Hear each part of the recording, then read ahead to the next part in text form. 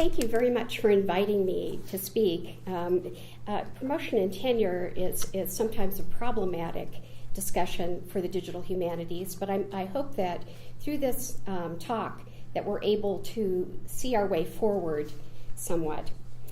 I'd like to start with a publication that came out in 2009. It was published by the New York University Press in print, and then it was published again in Media Commons Press online. It's an outstanding piece of scholarship by Kathleen Fitzpatrick. It's titled Planned Obsolescence, Publishing, Technology, and the Future of the Academy. Fitzpatrick begins with a short history of peer review since the 17th century, and you'll be amused, I think, to hear that it started as censorship. She goes on to pose a lot of questions about peer review, and I'm going to highlight some of those questions. Within the Academy, do we require peer review to provide feedback to scholars with the goal of improving scholarship? Or do we require it in order to rate or select the best? How does one define peers? Are peers credentialed scholars or people with both experience and trustworthiness? And what constitutes open peer review? There may be different degrees of openness. Reviews could be conducted by volunteers but be private. Peer review could be anonymous or not. Peer review that is not anonymous could provide helpful social context, and so on. Will open peer review create a labor problem, and how do we assess the potential impact of a peer-reviewed work? Can technology help make the process of evaluating more objective? She cites several online resources that may add a measure of objectivity to a subjective process. Until recently, tenure and promotion in the humanities was almost exclusively based on the single-authored, peer-reviewed monograph. University libraries today have greater demands on their budgets and have often scaled back monographic purchases. Subsequently, university presses are reducing the size of print runs for scholarly works in the humanities. Print runs about a decade ago were around 700 to 800 copies for a given title, and today the print runs may be no more than 200 to 300 copies. Given this decline in print publishing, what options do humanities faculty have to successfully navigate promotion and tenure criteria?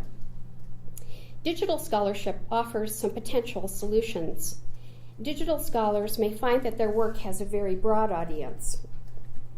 For example, the Walt Whitman Archive, a thematic research collection co-directed by Ed Folsom at the University of Iowa and Ken Price at the University of Nebraska-Lincoln, is developed by a large interdisciplinary collaborative team.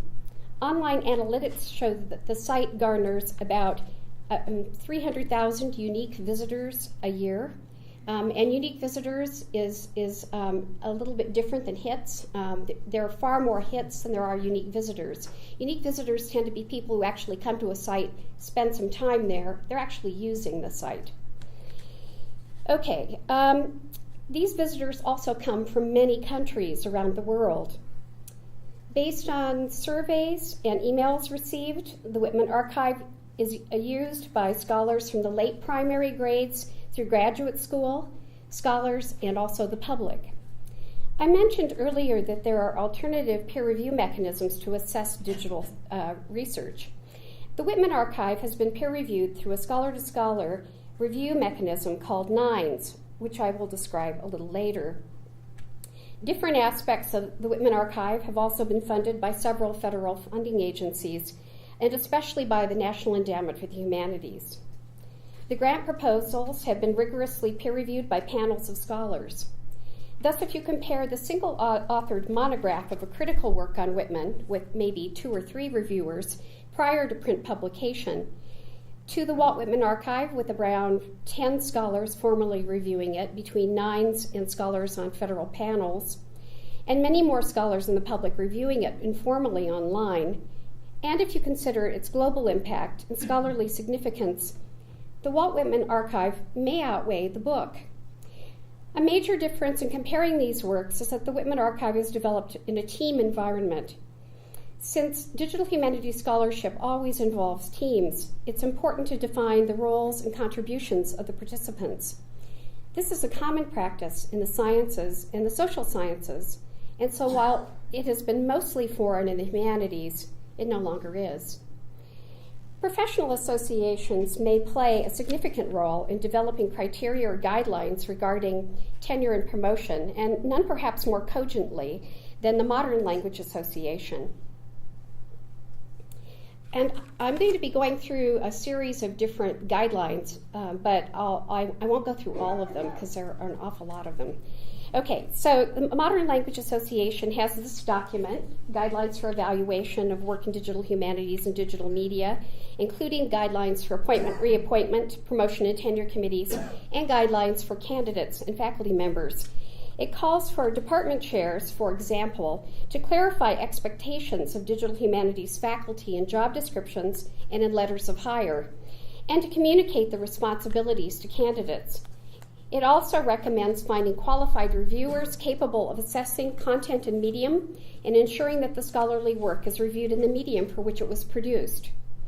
It places responsibility upon the candidate to ask at time of hire about how digital work will be credited in teaching, research, and service at the time of promotion and tenure. The guidelines indicate that the candidate should document her role and articulate the significance and impact of her work.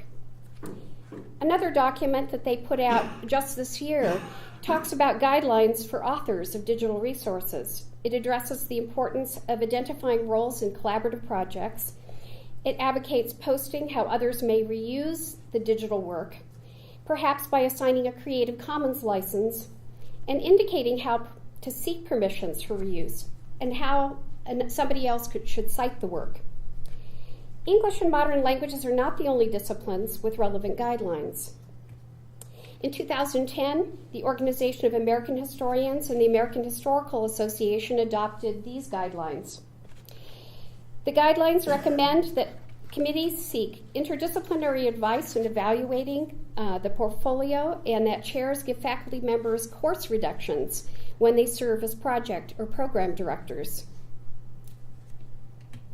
The American Anthropological Association's guidelines for evaluating scholarship in the realm of practicing applied and public interest anthropology for academic promotion and tenure address, among other scholarly products, other media, defined in part as internet web pages and website content, and data sets and archived documents. This association includes the criteria of funding, contracts, internal and external grants. The second one I have listed here was put out by their Society for Visual Anthropology, and it states that ethnographic visual media, especially film, video, photography, and digital multimedia, play a significant role in the production and application of anthropological knowledge. It recommends that the committee invite assistants of visual media specialists for their evaluations, since it's easy for those who are not experts to miss components of production and editing that are crucial to understanding the work. I could go on with many other examples, but the point is that if professional associations adopt guidelines relating to digital humanities or digital media, it presents an opportunity for a university department to internally update reappointment, promotion, and tenure documents in accordance with the professional association guidelines. This can be a highly politicized process, as you know. I noted in the preliminary University of Colorado Digital Humanities survey results, participants indicated that there were roadblocks to engaging in digital humanities scholarship. And I'm going to focus on the ones that I think relate directly to the promotion and tenure issues. These are the conservative nature of the disciplines, politics within disciplines or campus, evaluation of digital humanities in tenure and promotion, and department does not support or reward digital humanities activities.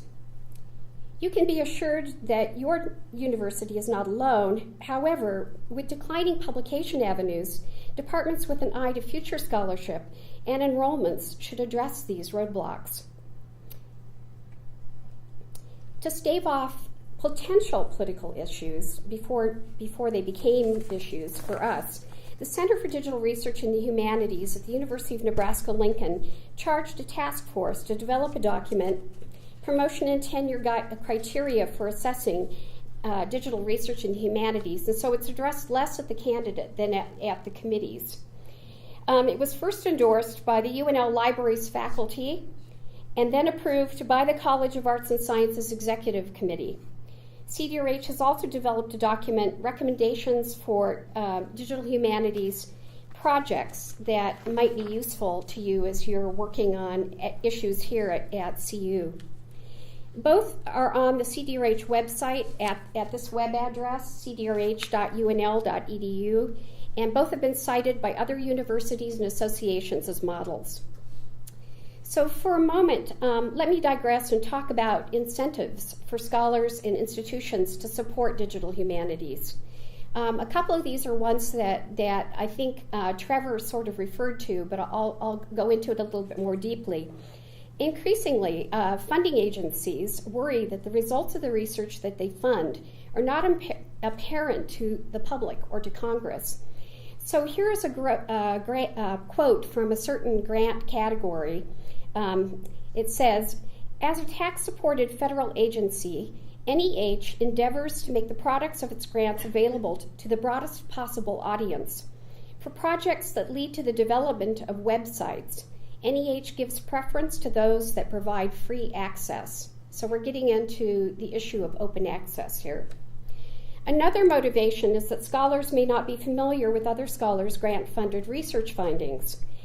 NEH, Office of Digital Humanities, now requires anyone who gets a grant from them to produce white papers that are available online so that scholars can learn from the fruits of other scholars' labor. Data management or digital preservation plans are increasingly required in the humanities. The Institute of Museum and Library Services has begun to allocate significant funding to data curation in advancing new knowledge. There are other sources of federal funding and large private foundations, such as the Andrew W. Mellon Foundation, that have funded important digital humanities research. To return then to peer review, a number of scholar-to-scholar peer review options have developed in recent years. One such is NINES, the Networked Infrastructure for 19th Century Electronic Scholarship, which functions as a peer-reviewing body for digital work in the long 19th century, 1770 to 1920, both British and American. Scholars serving on NINES editorial boards locate reviewers to evaluate both the intellectual content and the technical structure of the project for inclusion in NINES. The NINES NEH Summer Institute, held in 2011-2012, discusses site rationale and content, interface design and usability, and site code and documentation, as well as other guidelines. Another model is DH Commons. Sorry, got a little bit behind here. DH Commons, an initiative of CenterNet at dhcommons.org. It's new, it's barely out of the gate. However, the intent is to provide a sort of match.com for peer review. If a scholar or chair needs an external reviewer to review a digital project, the project info is posted online, and likewise, people can post their own names and credentials if they're willing to review. The Association for Documentary Editing's journal, called Scholarly Editing, has reimagined its print journal as an online journal that publishes small online editions. The editors assign small digital editions to reviewers, and the reviews are used to improve the scholarly work as well as to determine whether or not it should be published. So, in conclusion, I've outlined some of the means by which digital humanities can be evaluated for promotion and tenure by emphasizing the work being done in professional associations and the ways in which peer review of digital humanities work can rely on scholar-to-scholar peer review, federal funding panels, web analytics, and other means to replace the traditional reviewing managed by university presses. I've suggested the need to align local criteria with national guidelines and new approaches to peer review that may have a significant impact on the academy. What I've not talked about is whether digital scholarship on its own can result in tenure and promotion.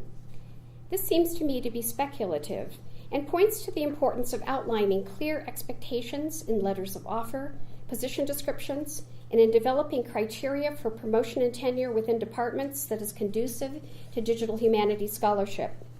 In my experience, most digital humanists conduct their research in digital media and then also develop research articles or print books about their findings, or they publish in peer-reviewed online journals and in ebooks. As Fitzgerald notes, and I hope this paper confirms, there are opportunities to apply open peer review that may expand our understanding of what it means to review for promotion and tenure. And that will make engagement in digital humanities scholarship less political. Thank you.